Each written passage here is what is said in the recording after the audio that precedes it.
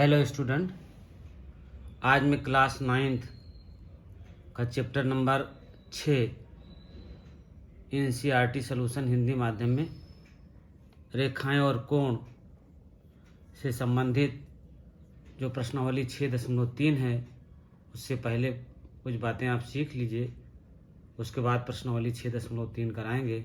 तो सबसे पहले त्रिभुज के बारे में जान लीजिए कि 3 ऋज रेखाओं से घिरी हुई समतलीय आकृति को हम त्रिभुज कहते हैं।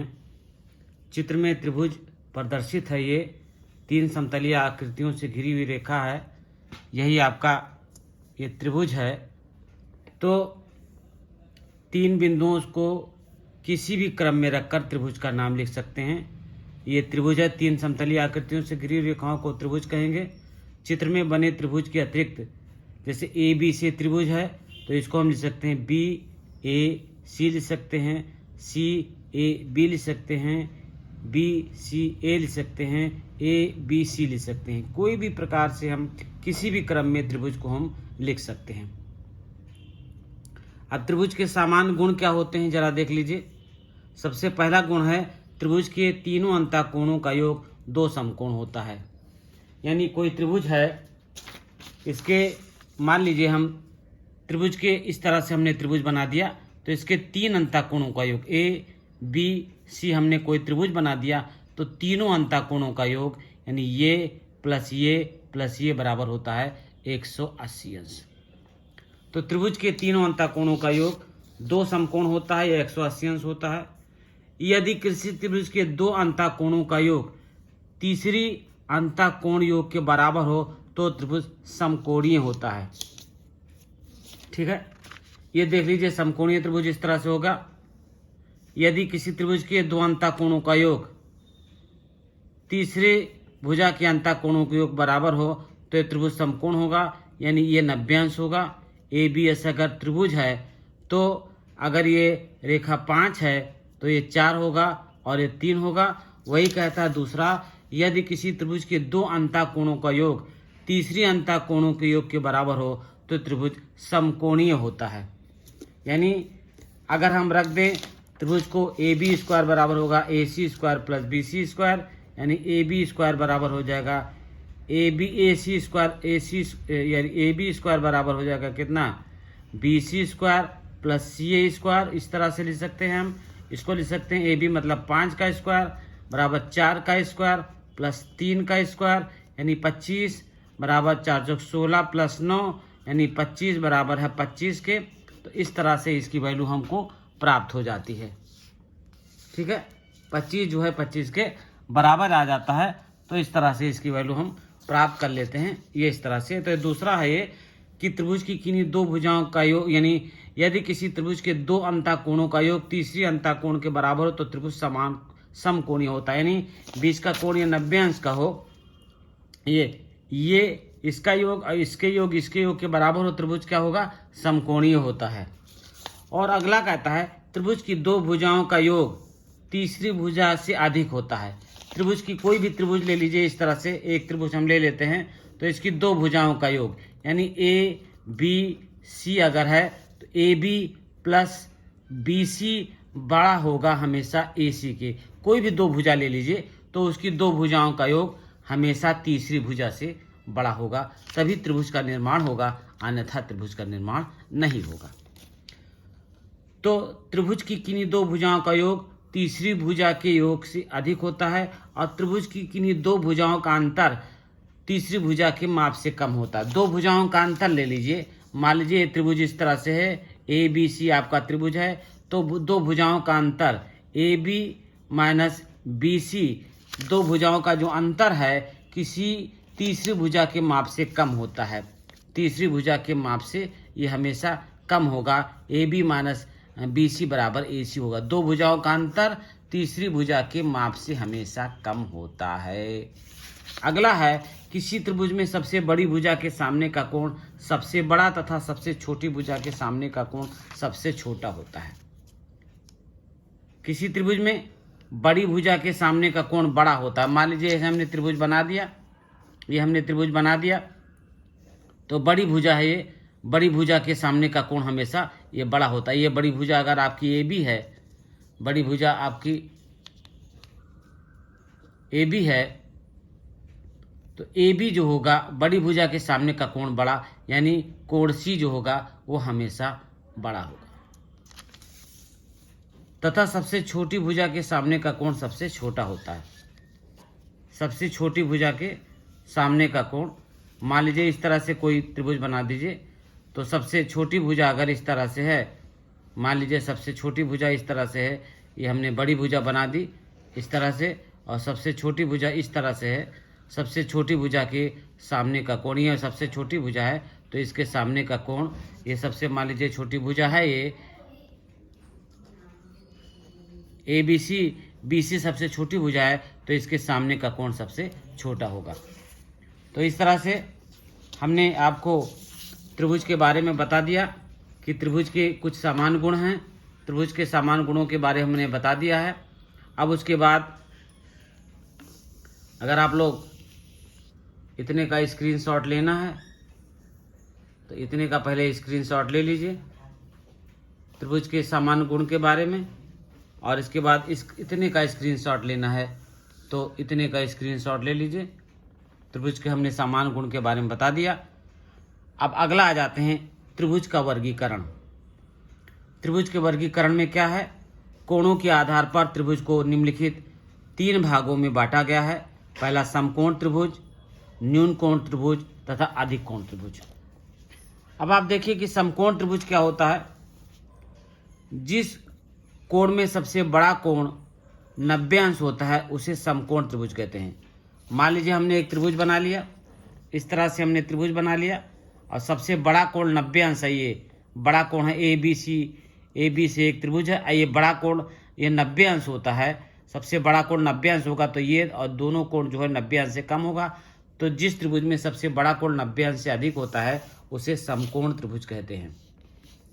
न्यून कोण त्रिभुज कैसे कहते हैं, जिस त्रिभुज में सबसे बड़ी भुजा के सामने का कोण 90 अंश से कम हो उसे न्यून कोण त्रिभुज कहते हैं। जिस त्रिभुज में सबसे बड़ी भुजा के सामने का कोण, सबसे बड़ी भुजा के सामने का कोण, मान लीजिए एक त्रिभुज बन गया तो सबसे बड़ी भुजा के सामने का कोण, सबसे बड़ी भुजा के, मान लीजिए इस तरह से सबसे बड़ी भुजा के सामने का कोण 90 अंश से कम होता है। मान लीजिए हमने बना दिया इस तरह से, और सबसे बड़ी भुजा ये है।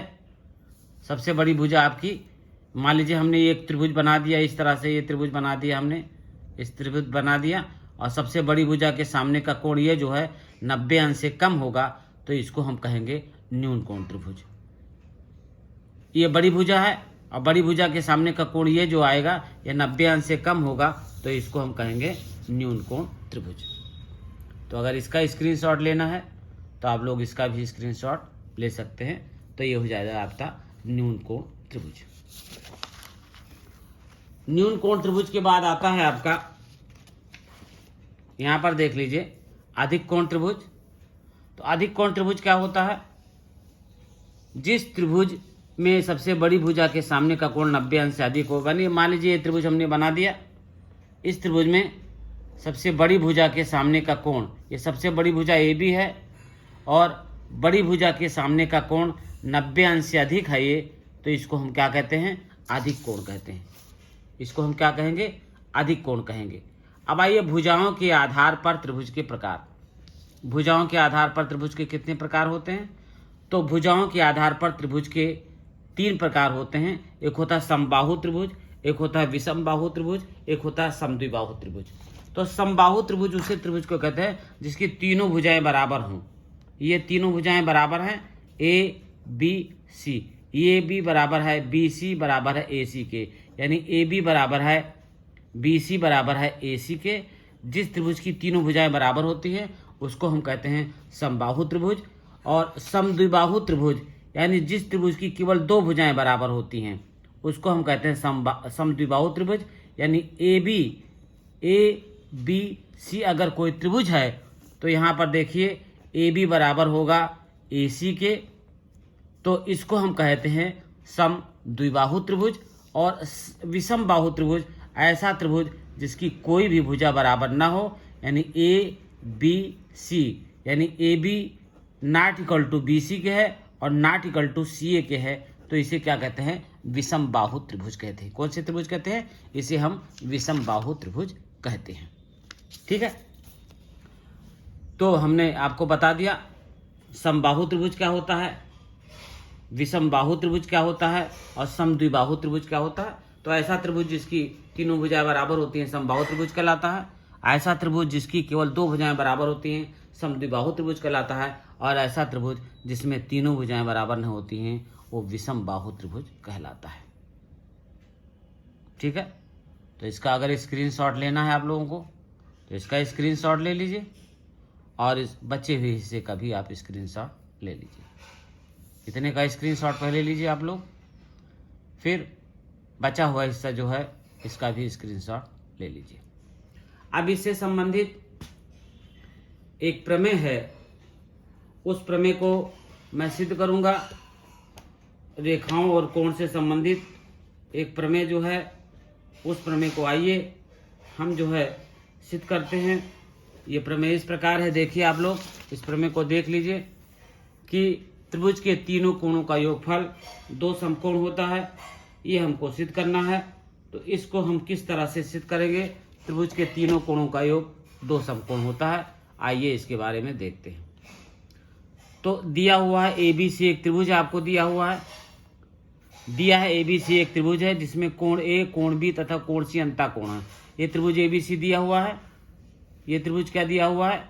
ABC त्रिभुज दिया हुआ है, इसमें कोण A, कोण B और कोण C जो अंतःकोण है। सिद्ध करना है कि कोण A प्लस कोण B प्लस कोण C बराबर 180 अंश है।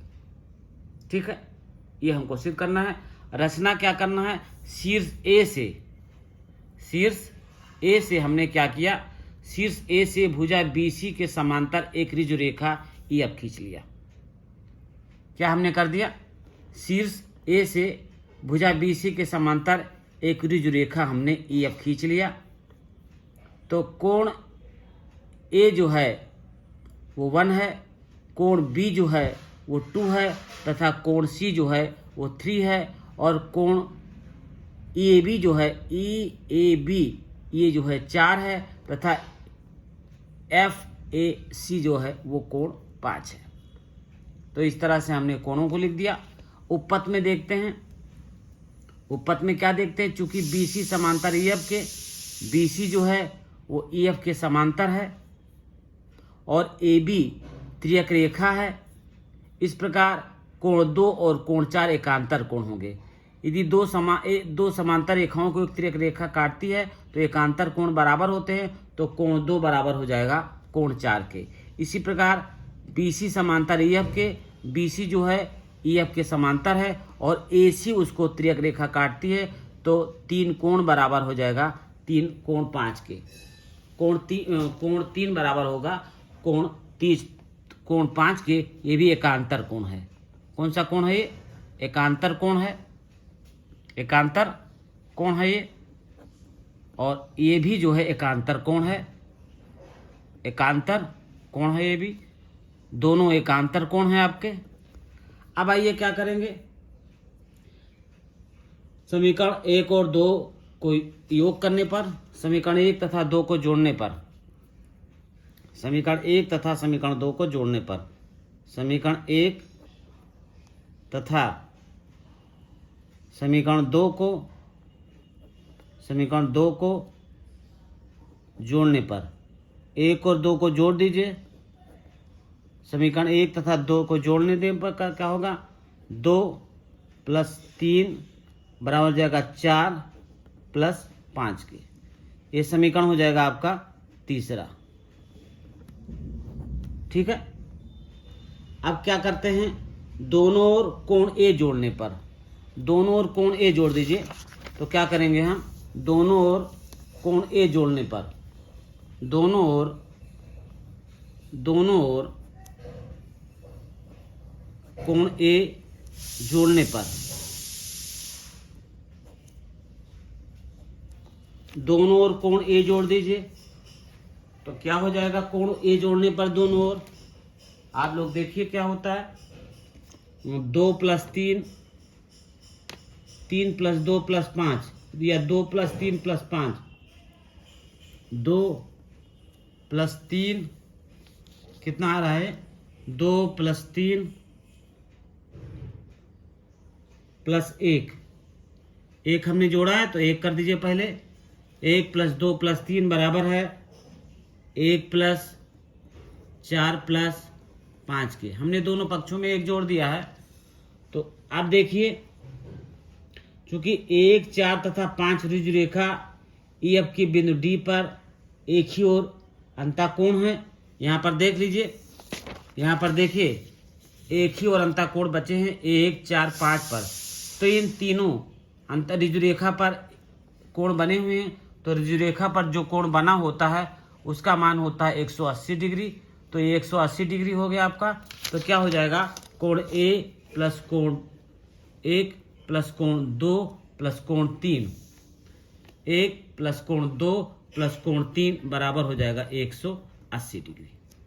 180 डिग्री हो जाएगा, ठीक है। अतः कोण A + कोण B + कोण C बराबर हो जाएगा 180 डिग्री। यानी इससे यह सिद्ध होता है कि त्रिभुज के तीनों अंतःकोणों का योग कितना होता है, 180 डिग्री होता है, ठीक है।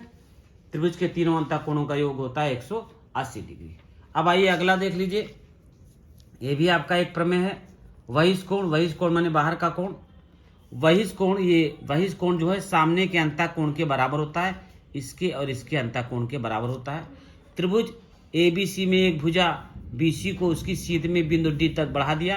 ABC एक त्रिभुज है, इसमें BC को बिंदु D तक बढ़ाया जाता है।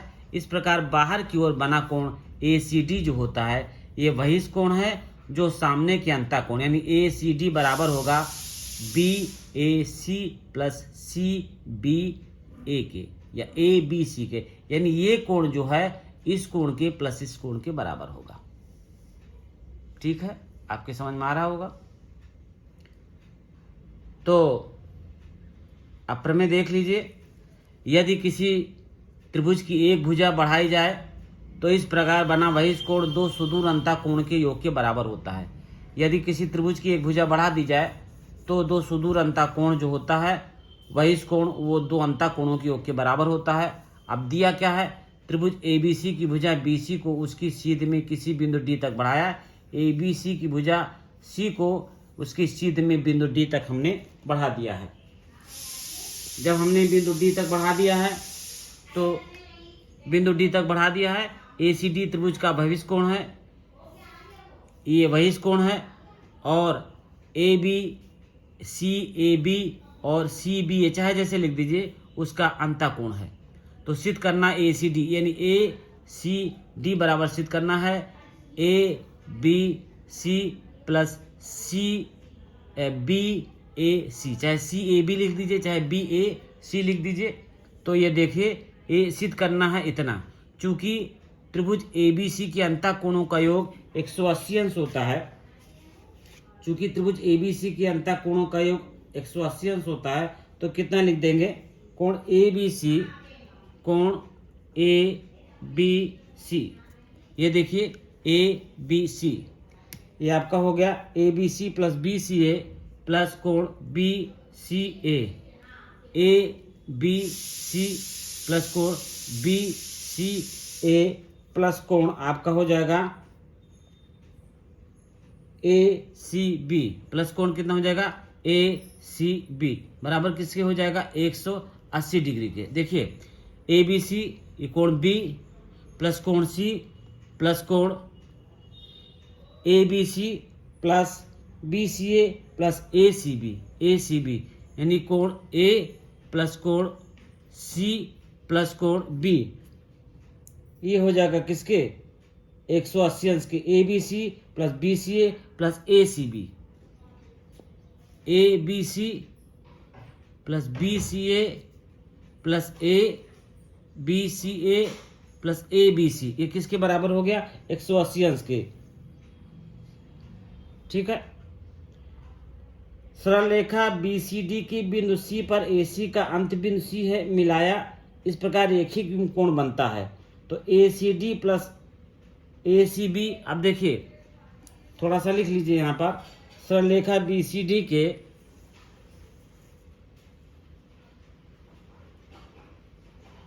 ये देखिए ABC plus BCD plus ACB बराबर है 180 अंश के। ठीक है,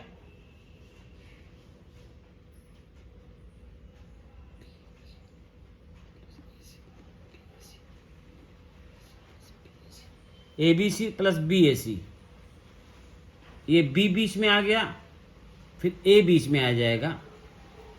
अब ये कितना हो जाएगा, इसको सही कर लीजिए, ABC प्लस BAC, BAC हो जाएगा, इसको BAC कर लीजिए। ABC plus BAC, ABC plus BAC plus ACB बराबर 180 अंश। अब सरल रेखा BCD,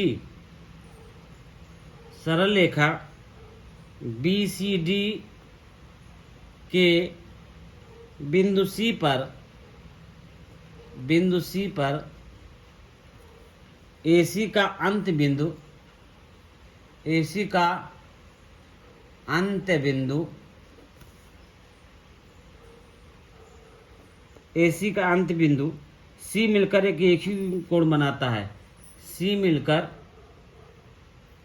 एक रेखिक युग्म बनाता है, एक रेखिक युग्म बनाता है, एक रेखिक युग्म बनाता है, एक रेखिक युग्म बना लेता है। इसलिए इसको क्या लिख सकते हैं, इसलिए इसको लिख सकते हैं हम, क्या लिखेंगे, ध्यानपूर्वक देखिए, रेखिक युग्म बनाता है तो इसको हम क्या लिखेंगे, देखिए इसको हम लिख लेंगे कोण ACB प्लस कोण ACB प्लस ACD बराबर कितना हो जाएगा, 180 अंश। यहाँ पर देखिए आप ध्यानपूर्वक, ACB यानी ये कोण, यहाँ पर देखिए ये कोण, ये और ये ACB प्लस ACD, ये कोण और प्लस ये कोण, ये दोनों कोण मिलके क्या बना लेंगे, ये कोण प्लस ये कोण बराबर कितना हो जाएगा, ये 180 अंश हो जाएगा। ये इन दोनों कोणों को मिला दीजिए तो 180 अंश के बराबर हो जाएगा। अब ये समीकरण 1 हो गया, समीकरण 2 हो गया, ये समीकरण 2 हो गया, और पहला वाला जो समीकरण माना था हमने समीकरण इसको 1 मान लिया है। आप समीकरण 1 और 2 से, समीकरण 1 और 2 को सॉल्व कर लीजिए। समीकरण 1 तथा 2 से, समीकरण 1 तथा समीकरण 2 से कितना हो जाएगा, ACB प्लस ACD बराबर हो जाएगा ACB plus ACD, ACB plus ACD, ACB plus ACD इसको कर लीजिए, ACB प्लस ACD बराबर 180 अंश। तो ACB प्लस ACD बराबर कितना हो जाएगा, आपका हो जाएगा ABC BAC, ABC प्लस कोण BAC प्लस ACB, ACB ये कोण। अब इसमें क्या कटेगा, ACB कट गया तो कितना हो जाएगा, ACD बराबर हो जाएगा, ACD बराबर हो जाएगा आपका ABC प्लस कोण BAC, ये इसके बराबर हो जाएगा। तो वही इस कोण जो है वो सामने के अंतः कोण के बराबर होता है।